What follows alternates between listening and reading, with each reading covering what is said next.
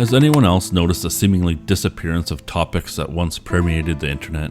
Mysteries and urban myths that sparked dialogue, wonder, and imagination? They seem to have all disappeared. Old message boards, old discussions, all vanished.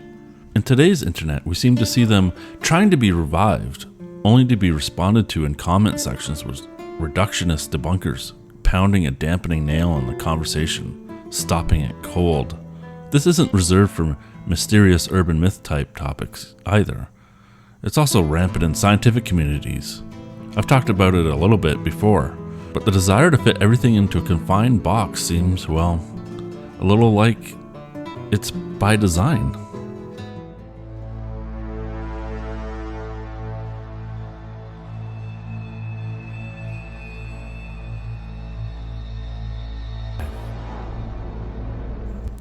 I only started really noticing this phenomena when I started this channel. I first thought maybe it's just the tunneling that algorithms have pushed on us. And while that's certainly one aspect of it, you'd assume that if you're into those topics that the algo would push more of them to you. But it only seems to push certain kinds of those things to you. Even my favorite channels fall into this trap of telling those mysterious stories and urban myths, only to debunk it at the end. In many ways, spoiling the old fun of people getting together and discussing possibilities and what-ifs. There's a whole internet industry based on this debunking, out to prove that certain people who would entertain such ideas have to be wacky, especially after we've debunked these ideas over and over again.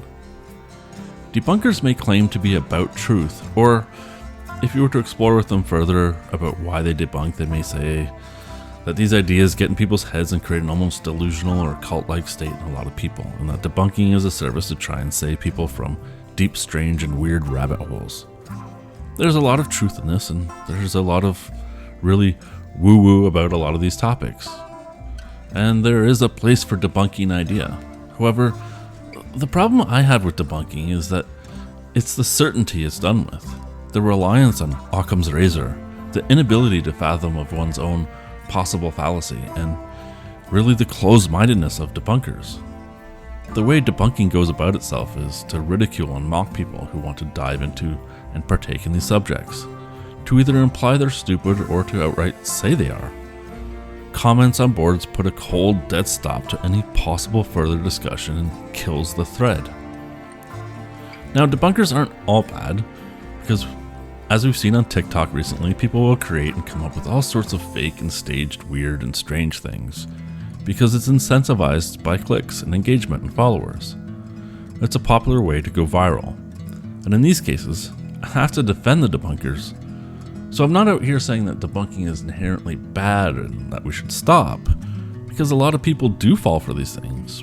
But then again, I'd say, what's really the harm in people falling for something for a bit? Well, it's certainly frustrating at times to see what you see as an obvious fake and unbelievable thing or story get so much traction with what seems to be the gullible falling for them. It's easy to get into the frame of trying to help these people to see the truth, to wake them up to the reality, to stop them from being swayed by snake oil salesmen and being taken advantage of. And stopping people being taken advantage of is probably the best case argument for debunkers there is. This is a very important thing for us to have. But at what cost? There's something to be said for people being allowed to enjoy mystery and possibilities of wonder and magic and the unknown. There's something deep inside the human spirit that wants to believe there's another world out there, outside our contrived and reductionist box of reality. They want to believe and be taken on a journey of discovery, of learning ancient knowledge, lost knowledge, or forbidden knowledge, or maybe alien knowledge. To learn the secrets of the universe, of existence. And in order to do so, we have to engage in a lot of woo-woo, a lot of fantastical. For we can't peel back the veil without trying and exploring it all. There's also an element of being a killjoy that debunkers bring that really brings down any exploration and further inspiration. These stories and mysteries and things like the possibility of Bigfoot being real, aliens visiting from other worlds, sparks joy, wonder, and excitement, and really brings out the imagination in people. And if we look around in our world, all we see or should I say, all I see, because I don't want to speak for anyone else, but lately, in this postmodern world, this digital world, this new matrix, I see imagination being supplanted by pre-packaged digital versions of imagination. Video games, movies, virtual reality, social media, full of avatars and ways to present and identify yourself within this matrix. And that provides you with all the fantasy you could want. It's all created for you. There's no room for your imagination. It's stifled and it's co-opted by technology. So you don't have to imagine. Everything is there at your fingertips. Convenience is the method that these new technologies are sold to you with. And with convenience comes resignation. When everything's handed to you at your fingertips, it becomes more and more difficult to imagine other possibilities.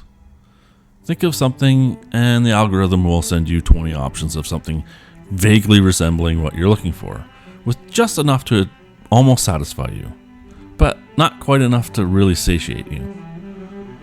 At times you can start to see a rabbit hole. You're presented options that appear to you to be something of discovery, only to eventually find that all the things you're getting are nothing more than carbon copies of the other thing you watched or read. Or it's something telling you that you're dumb for believing in such a thing, and you should stop because you don't want to be one of those dummies, do you? What you're doing is hitting a wall, a boundary, a limit to what you're supposed to see, supposed to think about, and wonder about. The internet, if you haven't noticed, has become curated and defined. There are things you're allowed to discuss and discover, but only to a point where you're stopped at the wall of the lake, where you realize you've been in the Truman Show all along. Of course, there's a few areas where you can still go that allow some of this, but it's siphoned off into the other areas where only the irreputable will go. And even there, it's limited, and the only most fervent of whatever topic is goes, allowing the label of too woo-woo to garner more validity. It's the old illusion of choice. And you could complain about capitalism being the cause, but that would mean you really don't see what the program really is. For actual capitalism would give you real choice, not the illusion of choice. The illusion of choice is a subversion and thought control device, and it's an intentional one, brought about to condition society to behave in a certain way. What is being conditioned out of you is actual freedom of choice and the willingness and ability to imagine. And not only imagine, but share your imagination.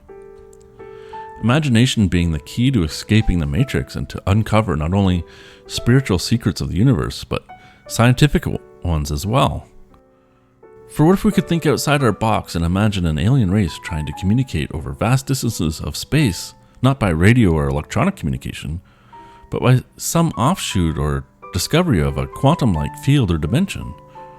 Whereas much like entanglement, we could communicate without the limits of the speed of light. It's a discovery that we may not have made, and if we keep stifling thought and imagination, we may never.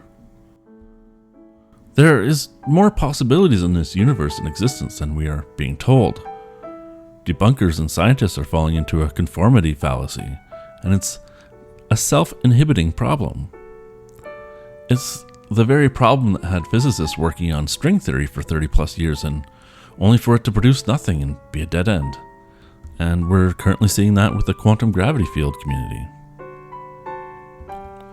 Well, it's true that critical thinking seems to be a thing in the past, and that we wouldn't need the debunkers if people had critical thinking skills that would prevent them from falling from ruses.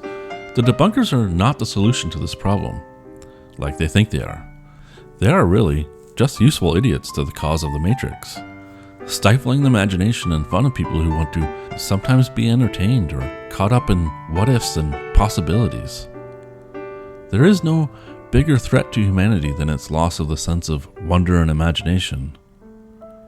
And wonder and imagination is the biggest threat to the Matrix. I mean, what do you think of debunkers? What do you think of all this? Am I out there? Am I onto something? Let me know in the comments below. Leave a like and please subscribe and share. It really helps out a small channel like this. Thank you so much for watching, and I'll talk to you next time.